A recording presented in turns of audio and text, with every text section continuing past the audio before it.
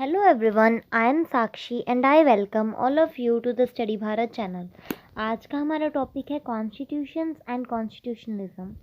उसका क्या कंसेप्ट है, क्या प्रॉब्लम्स हैं और क्या लिमिटेशंस होती हैं। ठीक है, कॉन्स्टिट्यूशन जो है डिफ़र करता है अलग अलग कंट्रीज़ में, जो है अलग अलग तरीके का जो कॉन्स्टिट्यूशन है वो पाया जाता है। Hence scholars have tried to classify the various constitutions taking mainly two variables, namely the structure of the constitution and the function which a constitution performs in a state। इसीलिए किसी कॉन्स्टिट्यूशन के बारे में जानने के लिए मेन जो है दो चीज़ें जाने जाती हैं कि कॉन्स्टिट्यूशन का स्ट्रक्चर कैसा है और वो कौन से फंक्शंस जो है परफॉर्म करता है। So also two different approaches have been developed to classify the constitution. इसी तरीके से जो दो अप्रोचेज बनी है, एक है मॉडर्न अप्रोच और एक है ट्रेडिशनल अप्रोच कॉन्स्टिट्यूशन के बारे में जानने के लिए। ठीक है, और अगर हम बात करें ट्रेडिशनल अप्रोच जो है वो लिखी हुई है C.F. स्ट्रॉन्ग ने डिस्क्राइब किया है, K.C. वेयर ने किया है, ब्राइस ने किया है। और अगर हम ओल्ड की बात करें, ओल्ड अप्रोच की, तो वो जो है कार्ल वेंस्टन, बेंजामिन एक्सिन और लेल्सी वॉल फिलिप्स ने जो है इसे डिस्क्राइब किया है। अगर हम इसकी एवोल्यूशन की बात करें, towards the end of the 19th century, Bryce in his book study in history and jurisprudence classified the constitution into written and unwritten and rigid and flexible। अगर हम बात करें इसकी कॉन्स्टिट्यूशन की, तो ब्राइस ने कहा है कि कॉन्स्टिट्यूशन या तो रिटन होगा या फिर अनरिटन, रिजिड होगा या फिर फ्लेक्सिबल होगा। The constitutions which are expressly set forth in a document known as written ones. जिसे तो लिखा जाता है उसे रिटन कह दिया जाता है, जो नहीं लिखा जाता उसे अनरिटन कहते हैं। जैसे कि ब्रिटेन में जो है अनरिटन कॉन्स्टिट्यूशन है, इंडिया और अमेरिका में जो है रिटन कॉन्स्टिट्यूशन है। But Bryce himself admitted that in all written constitutions there is and must be an element of unwritten usages. अगर हम बात करते हैं कि रिटन कॉन्स्टिट्यूशन है तो उसमें भी कुछ अनरिटन यूसेज होते हैं, while unwritten constitutions always include some statutes. और अनरिटन कॉन्स्टिट्यूशन जो होता है उसके अपने कुछ कन्वेंशंस होते हैं जो वो फॉलो करता है, या फिर उसमें कुछ अपने ही स्टैट्यूज होते हैं। अगर हम बात करें कॉन्स्टिट्यूशन की फॉर्म्स की, तो हम पहले ही कर चुके हैं कि कॉन्स्टिट्यूशन जो है वो या तो रिटन होता है या फिर अनरिटन होता है। जैसे कि ब्रिटेन में जो है अनरिटन है और यूएसए में जो है रिटन है। और ये भी कह सकते हैं कि कॉडिफाइड होता है, अनकॉडिफाइड होता है, फ्लेक्सिबल होता है और इनफ्लेक्सिबल होता है। जैसे कि डिफरेंस होता है कॉडिफाइड में और अनकॉडिफाइड में। रिटन होता है What is written in the constitutional document becomes superior law। जो कुछ भी लिखा होता है वो सुपीरियर माना जाता है। That can only be judged by a constitutional court, जो कि कोर्ट के द्वारा ही जज किया जाता है। This brings us to another classification of constitution as flexible। इसे फ्लेक्सिबल भी कहा जाता है, जो अमेंड किया जा सके। ठीक है, इनफ्लेक्सिबल होता है कि चेंज जो है कम नहीं किया जा सके। जैसे कि चेंज हो सकता है लेकिन बहुत कम। फ्लेक्सिबल जो है चेंज हो सकता है मोस्टली। इनफ्लेक्सिबल उसे भी कहते हैं कि हम जिसे चेंज नहीं भी कर सकते। जैसे कि यूएस में है, उसे डिफ़िकल्ट बहुत होता है चेंज करना। In constitutions of the inflexible type it is the constitution not the legislature that is supreme. जो कि इनफ्लेक्सिबल होते हैं उसमें कॉन्स्टिट्यूशन जो है वो सुप्रीम होता है, ना कि लेजिस्लेचर। नेक्स्ट है मोनार्कियल एंड रिपब्लिकल, जिसमें मोनार्क होता है। मोनार्क जो है एक राज्य का राज होता है। ठीक है, जिसमें कि हेरिडिटरी जो है राज चलता रहता है। ब्रिटिश और अमेरिका की अगर हम जो है कंपैरिजन करें तो मोनार्कियल फॉर्म ऑफ गवर्नमेंट जो है पाया जाता है ब्रिटिश में, और रिपब्लिकन जो है वो अमेरिका में पाया जाता है। मोनार्क जो है उसमें क्या होता है, एक राज्य का राज, जैसे एक क्वीन हो गई या एक किंग हो गया, उसके अकॉर्डिंग ही पूरा राज चलता है। लेकिन रिपब्लिकन में जो है उसमें हेड होता है, जैसे कि प्रेसिडेंट हो गया, प्रेसिडेंशियल फॉर्म ऑफ गवर्नमेंट कही जा सकती है। नेक्स्ट है फेडरल एंड यूनिटरी। जैसे फेडरल जो है, फेडरल सिस्टम में क्या होता है कि डिवीज़न ऑफ पावर्स होती हैं। ठीक है, उसे फेडरल कॉन्स्टिट्यूशन कहा जाता है।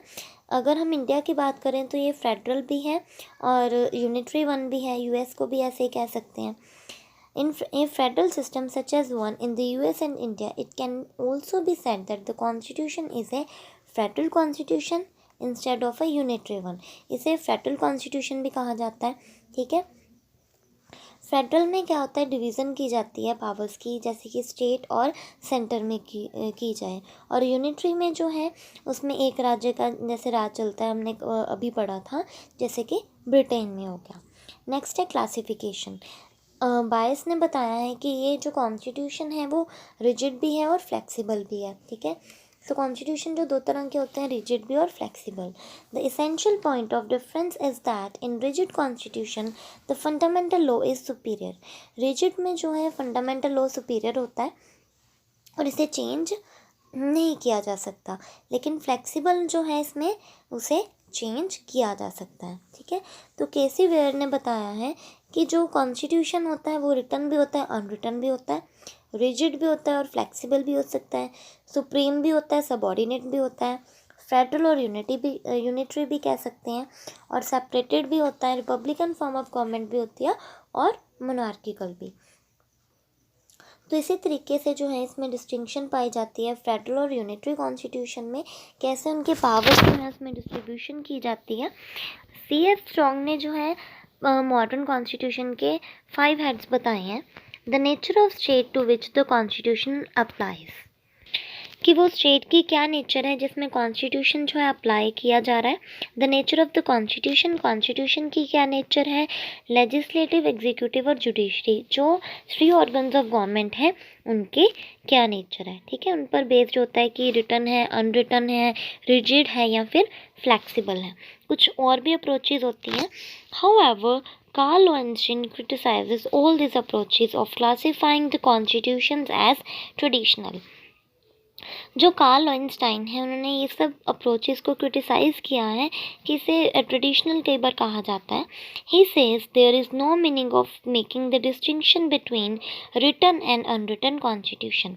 अगर हम डिस्टिंक्शन करें, डिफरेंस बताएं रिटन और अनरिटन में, वो तो कहते हैं तो इसका कोई भी मीनिंग नहीं है। मोस्टली जो है वो रिटन कॉन्स्टिट्यूशन है।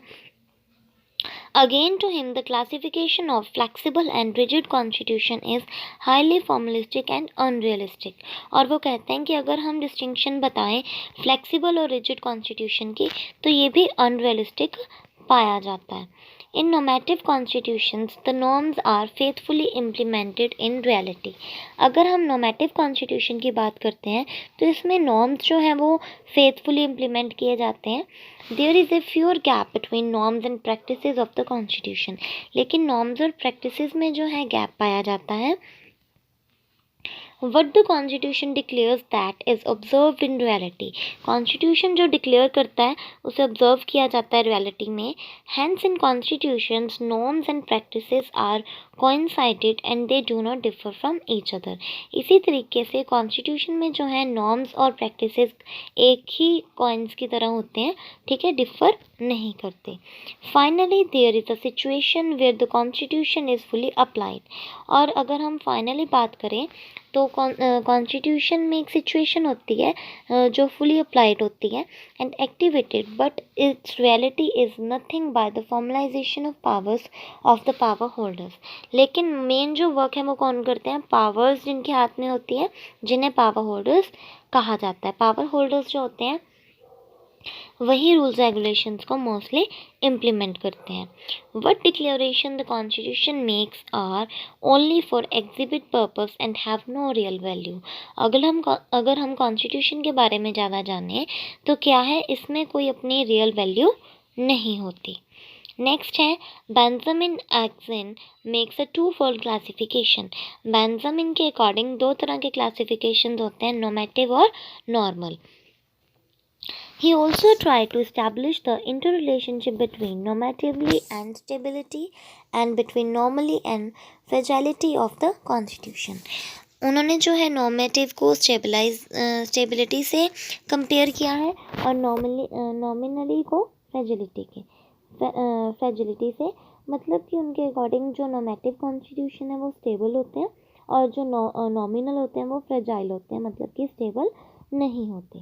ठीक है, लेज़ली वॉल्फ जो है उन्होंने लोवेंस्टाइन को क्रिटिसाइज़ किया है इसी पर ही। Neither Loewenstein nor Akzin give a clear guide as to method of designing a constitution as normative और नॉमिनल। अगर हम बात करें तो उन्होंने कहा है कि उन्होंने क्लियरली गाइड नहीं किया है हमें। ठीक है, तो रियलिज्म की उन्होंने कोई कहीं पर भी बात नहीं की। Axin formulae of calling a constitution stable is also not correct। जैसे कि उन्होंने stable word यूज़ किया है तो वो भी correct नहीं है। Allen in classifying the constitution into normative and nominal misunderstood Lowenstein, who distinguished cementing constitution from nominal constitution।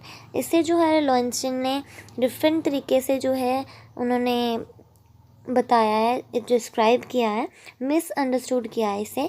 ठीक है, उन्होंने नॉमिनल और सिमेंटिक कॉन्स्टिट्यूशन के तरीके से इसे डिस्क्राइब किया है। A fundamental objection to the Loewenstein Akzin model is that the categories they use are too large और टू इनइलास्टिक। ठीक है, जो ये यूज़ करते हैं वो बहुत ज़्यादा लार्ज हैं, वैग्यू हैं। ठीक है, इसी कारण भी इसे जो है क्रिटिसाइज़ किया जाता है। कॉन्स्टिट्यूशन के बारे में जाना कि हिस्टोरिकली इसके बारे में जाना, फिर उसके बाद हमने जाना कि इसके अब 495 आर्टिकल्स हैं, 12 शेड्यूल्स हैं। ठीक है, फंडामेंटल राइट्स के बारे में जाना, फंडामेंटल ड्यूटीज़ के बारे में जाना, प्रेम्बल के बारे में भी हमने जाना कॉन्स्टिट्यूशन के। ठीक है, अब कॉन्स्टिट्यूशन के क्या क्या काम हैं हम इसके बारे में जानेंगे। First of all, constitution refers to the organisation of a state. अगर हम बात करें तो कॉन्स्टिट्यूशन क्या है, एक स्टेट की ऑर्गेनाइजेशन है। The state institutions are created and empowered by the constitution. जो स्टेट के इंस्टीट्यूशंस हैं वो कॉन्स्टिट्यूशन के द्वारा ही क्रिएट किए गए हैं। These institutions work according to the norms of the constitutions. जैसे कॉन्स्टिट्यूशन में बताया गया है उनके अकॉर्डिंग ही ये काम करते हैं। When they fall to do so they are liable to change. जब ये उस अकॉर्डिंग काम नहीं करते तो इन्हें चेंज कर दिया जाता है। Hence a constitution organise institution in a state. तो एक तरह से ये इंस्टीट्यूशंस भी जो है ऑर्गेनाइज करते हैं। Constitution governs the relationship between government and citizens and the relationship of the one government authority to another। Constitution से ही जो है गवर्नमेंट और सिटीज़न में रिलेशनशिप बनता है और एक अथॉरिटी का दूसरी अथॉरिटी या फिर हम कह सकते हैं कि एक गवर्नमेंट का दूसरे गवर्नमेंट के साथ भी जो है रिलेशन बनता है। कॉन्स्टिट्यूशनलिज्म जो है वो एक तरह की लिमिटेड गवर्नमेंट होती है। It limits the power of the government and rights of the people. ये क्या करता है, गवर्नमेंट के जो पावर्स हैं उन्हें लिमिट करता है। Neither the people have neither unlimited powers to file the constitutional norms and to make the government unworkable। ठीक है, किसी भी व्यक्ति के पास इतनी अनलिमिटेड पावर्स नहीं है कि वो कॉन्स्टिट्यूशन के नॉर्म्स को जो है वो फाइल कर सके, ख़राब कर सके। ठीक है, मतलब कि एनार्की क्रिएट कर सके। इतने भी जो है उन्हें राइट्स नहीं दिए गए हैं। ठीक है, उतने के राइट दिए गए हैं जो कि बहुत ज़्यादा इंपॉर्टेंट हैं उसकी फ्रीडम के लिए।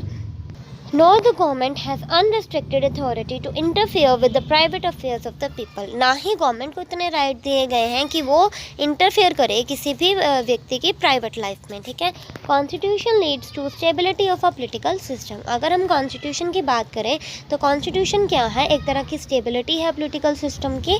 Constitutions are created with in an attention to provide continuity, stability और internal preservation of the political community.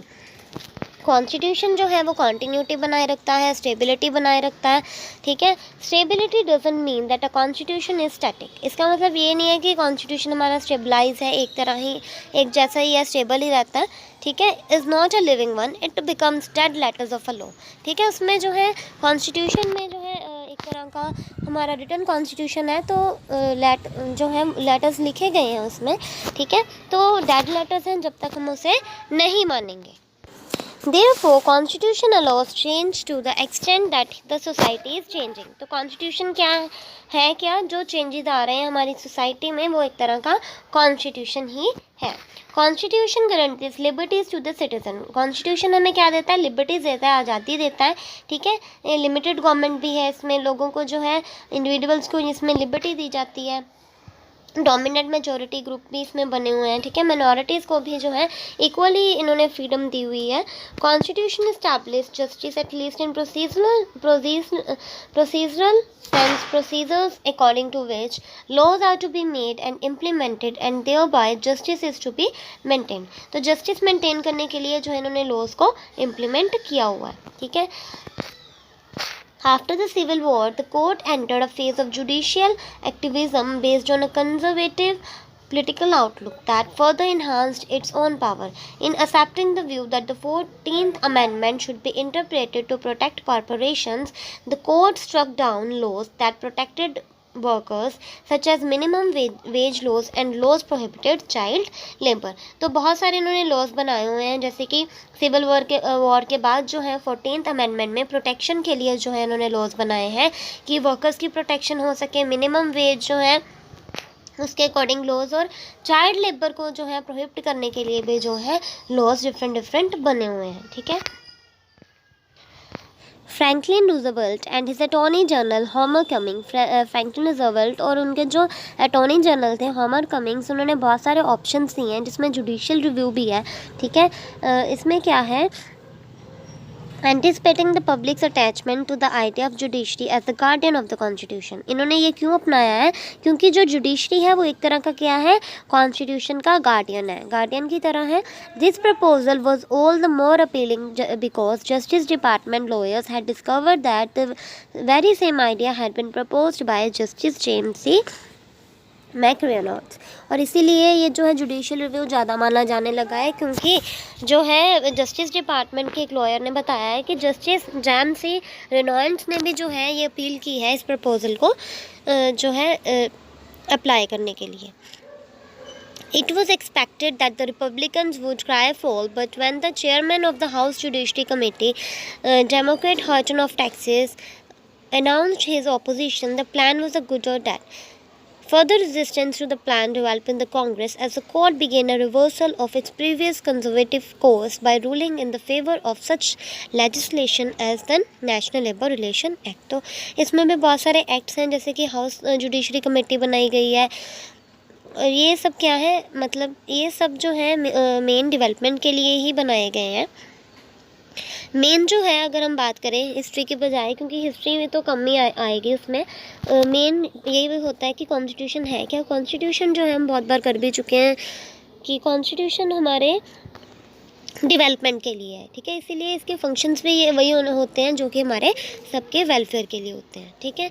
Living constitutionalism is largely dead, so too is old style originalism. Instead there is increasing convergence in the legal academy around what we call new textualism, ठीक है। इसे हम new टेक्सचुअलिज्म भी कह सकते हैं। Constitution है क्या, कॉन्स्टिट्यूशन एक टेक्स्ट की तरह है, स्ट्रक्चर की तरह है, जिसमें हमें हिस्ट्री भी जो है हमें पता चलती है, किस लैंग्वेज में है ये भी पता चलता है, ठीक है। ड्राफ्ट जो है इसका discussion draft CAC professor James C Rhine ने लिखा था। It goes on to explain why the initial response by progressives was only partially successful and what in some way counterproductive. It then explains the shift in the academy towards new textualism and reviews the important scholarly। तो इसमें जो है कुछ reviews भी किए गए, तो constitution उन्होंने टेक्स्ट की तरह बताया है, और बाद में जो है इसमें चेंजेस किए गए, रिव्यू के बाद जो है कुछ स्कॉलर्स ने इनमें चेंजेस भी किए हैं। Born under the Constitution, why recent attacks on birthright citizenship are unfounded? On March 31, 2011, CAC's Chief Counsel Elizabeth Wydra released on issue brief distributed by the American Constitution Society on the citizenship clause guarantee of constitutional citizenship attacks on this critical component of the 14th Amendment. The issue brief explains that a close study of the text and history of the citizenship clause demonstrates that birthright citizenship is guaranteed to every person। इसमें जो है क्या बताया गया है कि birth right जो है वो हर एक व्यक्ति को जो है वो दिया जाना चाहिए। The recent enactment of health care reform legislation has generated substantial debate। Reforms के लिए, लेजिस्लेशन रिफॉर्म्स के लिए, हेल्थ केयर के लिए जो उन्होंने इनेक्टमेंट किया है उसमें कई बार डिबेट भी हुई है, ठीक है।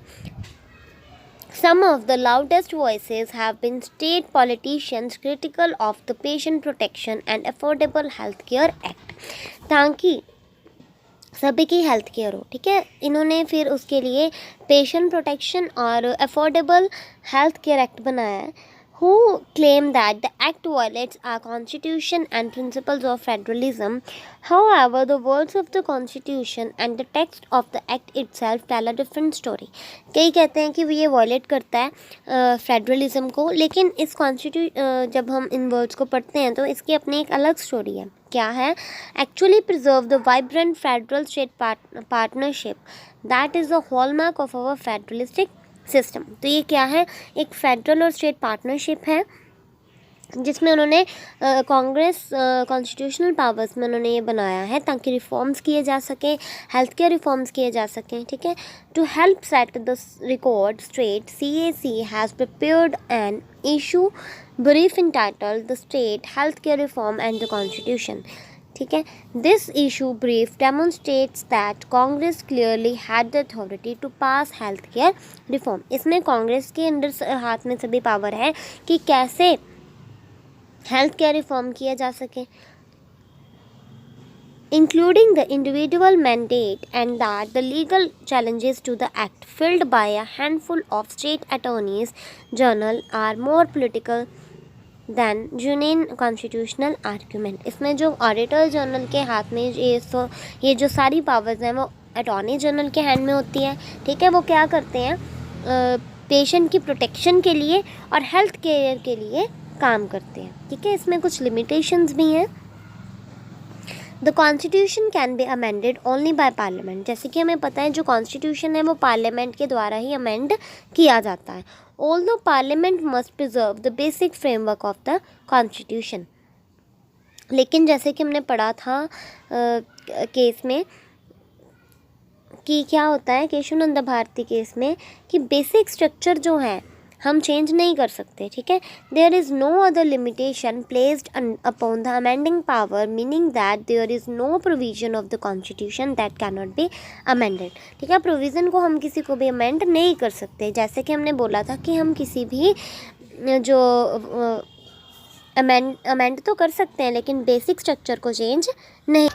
जैसे कि हमने अभी देखा कि हम जो हमारा कॉन्स्टिट्यूशन है उसे अमेंड तो कर सकते हैं लेकिन इसका जो बेसिक स्ट्रक्चर है उसे चेंज नहीं कर सकते। इसके लिए जैसे एक केस भी है in Abdul Rahman Jamaluddin versus Vithal Arjun. The Bombay high court held that any attempt to amend the constitution by a legislature other than parliament and in a manner different from the provided for will be void and inoperative. कि अगर हम change करना चाहें, amend करना चाहें constitution को तो हम मतलब उसके जो बेसिक स्ट्रक्चर है उसको नहीं कर सकते, ठीक है। The supreme court first struck down a constitutional amendment in 1967। Supreme court की फर्स्ट अमेंडमेंट कब हुई थी? 1967 में, ठीक है। और केस जो है गोपाल नाथ वर्सेस स्टेट ऑफ पंजाब था। अमेंडमेंट जैसे कि आर्टिकल 13 है उसमें क्या कहा गया है? The state shall not make any law which takes away or abridges the right of conferred by rights. मतलब कि हमारे राइट्स जो हैं उसको जो स्टेट है वो चेंज नहीं कर सकती, ठीक है। हमसे जो है ये नहीं हो सकता, मतलब कि हमारे राइट्स को कोई भी जो है वायलेट नहीं कर सकता, ठीक है। तो इसलिए कहा गया है nothing in article 13 shall apply to any amendment of the constitution. ऐसे केशवानंद भारती केस है, ये तो हमने पहले भी पढ़ा था कि बेसिक स्ट्रक्चर जो कॉन्स्टिट्यूशन है वो चेंज नहीं कर सकते, ठीक है। 42nd अमेंडमेंट एक्ट भी आया था इसके लिए, ठीक है। फिर Minerva Mills versus union of India भी केस है जिसमें उन्होंने कहा था however this change was itself later declared invalid. Supreme court में कई बार ये चेंज को इनवैलिड भी माना गया है, ठीक है। The issue of whether an entire constitutional amendment is void for want of ratification or any unamended provision required to be ratified under provision to clause 2 of article 368 was debated before the Supreme Court, ठीक है। इसी के लिए amendment के लिए debate भी हुई है। Constitution inserted by the 42nd Amendment in 1985 was challenged, जिसमें कि 42nd Amendment जो है चैलेंज किया गया उसे। The decisions of the speakers, chairman on disqualification which had been challenge in different high court, ठीक है। डिस्क्वालिफिकेशन चाहे स्पीकर की हो, चेयरमैन की अगर हो तो उसके लिए हाई कोर्ट में जो है हम जा सकते हैं, ठीक है। Was heard by a 5 member constitution, ये 5 मेंबर्स जो हैं वो इसके बारे में सुनेंगे, कॉन्स्टिट्यूशन के 5 मेंबर्स जो हैं इसके रिगार्डिंग जो है वो फैसले लेंगे। और इसके लिए जो है एंटी डिफेक्शन केस भी है जो कि 1992 में डिसाइड किया गया था। The Constitution Bench in its majority judgment upheld the validity of the 10th schedule by declared paragraph 7 of the schedule invalid, ठीक है। 10th schedule जो है उसकी वैलिडिटी बताई गई है, 7th पैराग्राफ में उसे इनवैलिड भी बताया गया है, ठीक है। कुछ ऐसे आर्टिकल्स हैं जैसे हम उसको चेंज कर सकते हैं, जैसे कि 136 हो गए, 226 आर्टिकल हो गया और आर्टिकल 227 हो गया। Next is constitutionalism meaning and development. अब कॉन्स्टिट्यूशंस जो है डेवलपमेंट कैसे उसकी हो रही है, ठीक है। मीनिंग क्या है कॉन्स्टिट्यूशनलिज्म का? In some respects government is like a game, government क्या है, गेम की तरह है। Before the players can even take the field to compete they need to agree on a set of rules that decide how the game is to be played. देखो कितने अच्छे तरीके से इन्होंने डिफाइन किया है कि जैसे 2 प्लेयर्स हैं, ठीक है। प्लेयर जो हैं वो गेम खेलते हैं तो गेम के क्या होते हैं, रूल्स होते हैं। जो रूल्स को फॉलो करता है तो वो है एक अच्छा जो है प्लेयर होता है। इसी तरीके से सिटीजन्स भी हैं, जो रूल्स को फॉलो करते हैं, जो गवर्नमेंट के द्वारा बनाए गए हैं, तो वो क्या होते हैं, गुड सिटीजन्स होते हैं। Constitutions are the rules of the political game, ठीक है। पॉलिटिकल गेम के रूल्स जो बनाए गए हैं उसको क्या नाम दिया गया, कॉन्स्टिट्यूशन का, जिसमें वोट भी हम दे सकते हैं, ठीक है। हमें राइट्स भी दिए हुए हैं, ड्यूटीज़ भी दी हुई हैं। Without these basic rules, politics would degenerate into arbitrariness, brute force और anarchy. अगर ये rules regulations ना हो तो क्या होगी, अराजकता ही होगी, anarchy ही होगी, एनार्की ना हो, इसीलिए ये जो रूल्स रेगुलेशंस हैं वो सारे बने हुए हैं, ठीक है। If the rules work well we tend to take them for granted and concentrate on the day to day game of politics. अगर ये सारे रूल्स रेगुलेशंस मानने जाएं तो क्या होगी, डे टू डे जो हमारी गेम है पॉलिटिक्स की वो अच्छे से चलती जाएगी। Just as we take the rules of our favourite sport for granted and concentrate on today's match, जैसे कि हम खेल में करते हैं। Nonetheless, constitutions are important because they have a profound influence over how the game of politics is played. तो इसमें बहुत इंपॉर्टेंट है कि गेम जो है वो कैसे खेली गई है, उसका रिजल्ट क्या आया है, ठीक है। व्हाट, व्हेन, हु, ये सब जो है इसके लिए बहुत ज़्यादा इम्पॉर्टेंट है। इसी से जो है पॉलिटिकल इंस्टीट्यूशंस जो हैं क्रिएट होते हैं, इसी से हमारे कॉन्स्टिट्यूशन जो है उसका इम्पॉर्टेंस बढ़ती है और एक तरीके से हमारे इंस्टीट्यूशंस की शेप पता चलती है। शेप इन द सेंस कि रूल्स रेगुलेशंस कैसे हैं, जैसे डेमोक्रेटिक फॉर्म ऑफ गवर्नमेंट है या पार्लियामेंट्री फॉर्म ऑफ गवर्नमेंट है, तो ये क्या है, एक तरह की शेप ही है, ठीक है। कॉन्स्टिट्यूशन जैसे हम बात करें तो एक कॉन्स्टिट्यूशन दूसरे कॉन्स्टिट्यूशन से क्या होता है, डिफ़र होता है, ठीक है। जैसे कि यूएसए में अगर प्रेसिडेंशियल फॉर्म ऑफ गवर्नमेंट है तो हमारी इंडिया में क्या है, पार्लियामेंट्री फॉर्म ऑफ गवर्नमेंट। तो ऐसे तो होता ही है ना, जैसे हमारे कितने आर्टिकल हैं, 495 आर्टिकल अब हो चुके हैं, लेकिन यूएसए के कितने आर्टिकल हैं, सिर्फ 7। और ब्रिटिश में तो अनरिटन कॉन्स्टिट्यूशन है, उसमें तो कुछ लिखा नहीं गया है ना। तो ऐसे जो कॉन्स्टिट्यूशंस होते हैं वो अलग अलग होते हैं। इसी वजह से जो अरिस्टोटल थे उन्होंने 158 कॉन्स्टिट्यूशंस की स्टडी की थी, ठीक है, कि सभी कंट्री में क्या है, रूल्स रेगुलेशंस क्या हैं, वो पता किए जाएँ। Have become universal today for a country which is independent and autonomous, and constitutionalism has become a way of life which has been identified with liberalism and democracy. Mostly क्या है, democracy है और लिबरलिज्म है, ठीक है। Constitution को हम 2 words में देख सकते हैं, liberty and democracy. First of all, it is used to approach to describe the whole system of government of a country, the collection of rules which establish and regulate or govern the government. कि क्या इन्होंने rules follow किए हैं अपनी country की development के लिए, क्या इन्होंने इस्टेब्लिश किया है, रूल्स इन्होंने कैसे बनाए हैं, ठीक है। These rules are partially legal in the sense that courts of law will recognize and apply them, and partly non-legal कई जो हैं जैसे कस्टम्स होते हैं, कन्वेंशंस होते हैं, कुछ तो लीगली अप्लाई होते हैं, कुछ मॉरल वैल्यूज़ भी होती हैं जो कि नॉन लीगल भी है, ठीक है, स्ट्रिक्टली जिन्हें फॉलो नहीं किया जाता. But the use of the term in its broad sense is really common with the use in constitution to us is a written constitution. Constitution क्या है? मेन एक डॉक्यूमेंट की तरह है जिसमें पूरे रूल्स रेगुलेशंस दिए गए हैं, ठीक है. कई कॉन्स्टिट्यूशन नहीं भी रिटन है, जैसे कि मैंने अभी कहा था ब्रिटिश कॉन्स्टिट्यूशन जो है वो लिखती नहीं है. A written codified document makes a body of rules ensuring fair play and rendering the government responsible. But the students of British political system like Lord Bryce do not agree with this definition, as the British laws make considerable use of the concept of constitution without having a written document. So we can't say that the constitution always in a written form, ठीक है, written form में नहीं होता. जैसे कि जो British है, British constitution है, मैंने पहले ही डिस्क्राइब कर दिया कि ब्रिटिश कॉन्स्टिट्यूशन क्या है, एक अनरिटन फॉर्म में है. कन्वेंशंस उसमें कस्टम्स हैं, फॉलो होते हैं, रूल्स रेगुलेशंस हैं, but they all are not in a written form, ठीक है.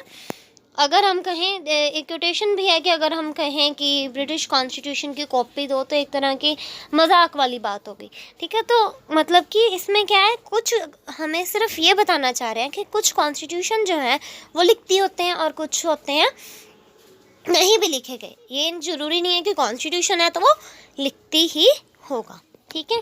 नेक्स्ट है मीनिंग ऑफ कॉन्स्टिट्यूशन. कॉन्स्टिट्यूशन है क्या? Herman Finer explains a constitution in terms of a system which contains fundamental institutions. Constitution क्या है? जिसमें fundamental institutions हैं, relationship बताता है इंडिविजुअल और स्टेट के.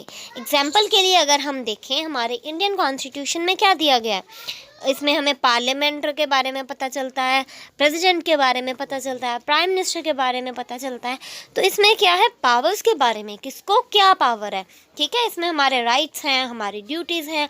तो इसमें जो है, जो रूल्स और रेगुलेशंस गवर्नमेंट द्वारा सेट किए जाते हैं वो सब किस में होते हैं, हमारे कॉन्स्टिट्यूशन में. Therefore, a constitution is to be understood in terms of system. So, we can say that constitution is a system. कि constitution क्या है? एक system है जिसमें क्या होता है, set of rules और regulations. कि इसमें बहुत सारे rules और regulations हैं, ठीक है. constitution एक तरह की बाउंड्री है कि पॉलिटिकल ऑर्डर में हमें एक पर्टिकुलर पॉलिटिकल ऑर्डर में कैसे रहना है, ठीक है. इसमें अलग अलग प्लान्स हैं, different rules, different regulations, schedules, acts, as we talk about articles. There are many articles. तो अलग अलग तरीके के आर्टिकल्स हैं, ठीक है. तो ये थोड़ी है कि एक आर्टिकल ही है, अलग अलग तरह के रूल्स हैं, अलग अलग तरह की रेगुलेशंस हैं, ठीक है. वो क्यों है? हमें प्रिवेंट करने के लिए, हमारी प्रोटेक्शन के लिए. The Constitution is understood in relation for a fundamental which is contains, but fundamentally is a relative term. Institutions are fundamental in a particular time, at a particular place and for a particular generation. Institution कैसे होता है? एक particular time के लिए, particular place के लिए और एक particular जनरेशन के लिए बनाए जाते हैं, ठीक है. जिसमें क्या होता है, ये वेलफेयर के लिए होते हैं, प्रेजेंट जनरेशन के लिए, प्रेजेंट टाइम के लिए ये होते हैं. Constitutions are sometimes understood in terms of the institutional organizations. इसे हम organizations भी कह सकते हैं, institutional organizations, ठीक है. C.F. Strong ने कहा है, also writes that a true constitution will contain the following elements. क्या क्या होने चाहिए? C.F. Strong ने कहा है कि true constitution में क्या क्या होना चाहिए. First, how the various agencies are organized. कि जो अलग अलग एजेंसीज हैं वो कैसे ऑर्गेनाइज की गई हैं, ठीक है, कैसे वर्क करती हैं. Secondly, what power is to be given trusted to those agencies. कि वो जो बनाई गई हैं एजेंसीज, उनको क्या पावर दी गई है, ठीक है. आगे लोवेंस्टन एंड फ्रेडरिच ने कहा है restraint element to the meaning of constitution. इसमें क्या है, लिमिटेड पावर है, कुछ रिस्ट्रेंट्स हैं, दैट मीन्स रिस्ट्रिक्शंस हैं, पाबंदियां हैं, जिसे कि हम लिमिटेशंस भी कह सकते हैं, ठीक है, ताकि हमारी डेवलपमेंट हो सके। कोई भी जो है कंट्रोल के अंडर जो है, पॉलिटिकल पावर के कंट्रोल के अंडर होता है कि कोई भी जो है अगर गलत कार्य करेगा, रूल्स की वायलेशन करेगा, तो उसे जो है पनिशमेंट मिलेगी। Next is meaning of constitutionalism. ठीक है, कॉन्स्टिट्यूशन हमने जान लिया। कॉन्स्टिट्यूशन क्या है, कुछ रूल्स और रेगुलेशंस हैं, फॉर्मुलेट किए गए हैं, और रिटन भी हो सकता है, may be it is written और अनरिटन ऑल्सो। ठीक है, giving such definitions of what a constitution is, we may give separate earning to constitutional state, constitutional government and constitutionalism. A constitutionalism state is one in which the powers of the government, the rights of the governed and the relations between the two are adjusted. इसमें powers भी बताई जाती हैं, ठीक है, और क्या relations हैं, क्या हमारे rights हैं, ये सब किसमें है, constitutionalism में। Hence, a state is a constitutional one when it defines the power of the government on the one hand and the power of the governed on the other. जिसमें कि सभी की पावर हमें दी जाती है, बताई जाती है, उसे बोलते हैं हम कॉन्स्टिट्यूशन। ठीक है, जैसे कि जो गवर्नमेंट है उसकी क्या पावर्स हैं, गवर्नड वंस की क्या पावर हैं, तो इसमें जो है हमें डिटेल में पता चलता है। अब ये भी नहीं है कि हर एक देश में डिटेल में बताया जाता है, ठीक है, ये स्टेट वाइज होता है, किसी में डिटेल में बताया जाता है और किसी में डिटेल में नहीं बताया जाता। एग्जाम्पल मैंने पहले भी बताई, जैसे हमारे इंडिया के तो जो आर्टिकल हैं वो ज़्यादा हैं, 495 हैं, और अगर हम यूएसए का पढ़ें तो उसमें सिर्फ 7 आर्टिकल्स हैं। ठीक है, कुछ जो है वो कस्टम्स और कन्वेंशंस फॉलो करते हैं, तो कुछ डिटेल्ड में होते हैं, कुछ नहीं भी डिटेल्ड में होते हैं। ठीक है, but constitutionalism is distinguished from constitutional government is a modern concept that defines a political order of law and regulations. ये जो है एक political order बताता है, ठीक है, it stands for the supremacy of law, कि law जो है वो क्या है, सुप्रीम है, इंडिविजुअल सुप्रीम नहीं है, लॉज जो है वो ज़्यादा सुप्रीम है। ठीक है, और डिवीज़न बताई जाती है कि कैसे जो है पावर की डिवीज़न की जाती है।